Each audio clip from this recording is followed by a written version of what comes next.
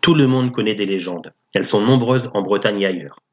On ne présente plus la forêt de Brocéliande, on ne s'étonne plus de la légende des Corrigans, et personne ne peut ignorer la fabuleuse ville d'Is, engloutie sous les flots.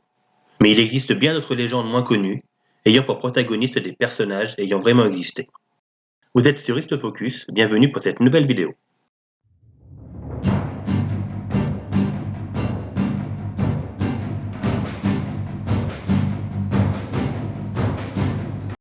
Il existe plein de légendes inconnues. C'est le cas de la ville d'Herboge et de Saint-Martin-de-Vertou. Nous sommes au VIe siècle entre 555 et 580. À cette époque, dans la ville d'Herboge, riche cité du pays de Ré près de Nantes, vit une population qui est tournée vers le paganisme. La cité est prospère car elle est située favorablement pour le commerce. Elle est bâtie au carrefour de plusieurs rivières et est le centre d'un important marché. Ses habitants, ramollis par le luxe et la débauche, passent leur temps à chanter, boire, se vautrer dans la luxure, exercer des rites païens et mépriser Dieu. Bien que le christianisme soit développé dans la région, à Herboge il n'y avait plus de chrétienté. Les églises étaient depuis longtemps abandonnées et les cloches étaient muettes depuis lors. Ça plaît pas du tout à l'évêque de Nantes, un certain Saint Félix. Il donne d'ailleurs son nom à un des quartiers de Nantes, au pavé Saint-Félix. Ne supportant plus cette situation, il envoie son diacre Saint-Martin-de-Vertou, avec pour mission de ramener la ville dévoyée dans le droit chemin. Après plusieurs semaines à plaidoyer chez les habitants et plusieurs prêches, Saint-Martin échoue dans sa mission. Il est même roué de coups et laissé pour mort. Il sera sauvé par Romain et son épouse qui le soignent et le cachent le temps de sa guérison.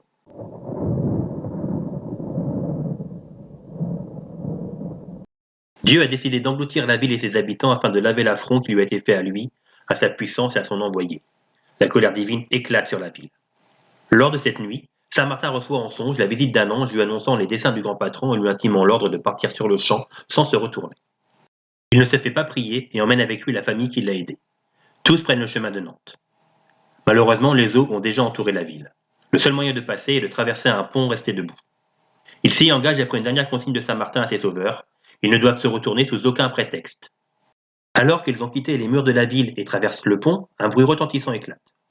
La femme de Romain se retourne par curiosité et se retrouve pétrifiée en statue de pierre avec son enfant. Avant de se pétrifier, elle voit un cataclysme effroyable qui fait jaillir de la presqu'île de Dain en Saint-Aignan un jet de flammes, de cendres et d'eau et des pluies diluviennes qui anéantissent la cité.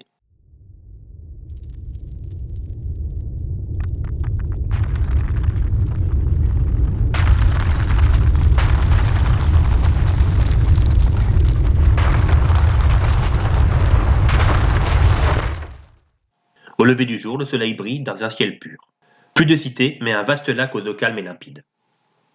On raconte que les cloches sonnent souvent au fond du lac le 24 décembre et que si jamais, par un grand malheur, quelqu'un les entend sonner, Herboge réapparaîtrait et dans sa vengeance, Nantes serait engloutie à jamais. Bien sûr, tout ceci n'est que légende et rien n'est prouvé. En tout cas, ne dit-on pas que chaque légende est tirée d'une réalité? Merci d'avoir suivi cette vidéo, n'hésitez pas à liker, partager et à vous abonner, et je vous dis à bientôt.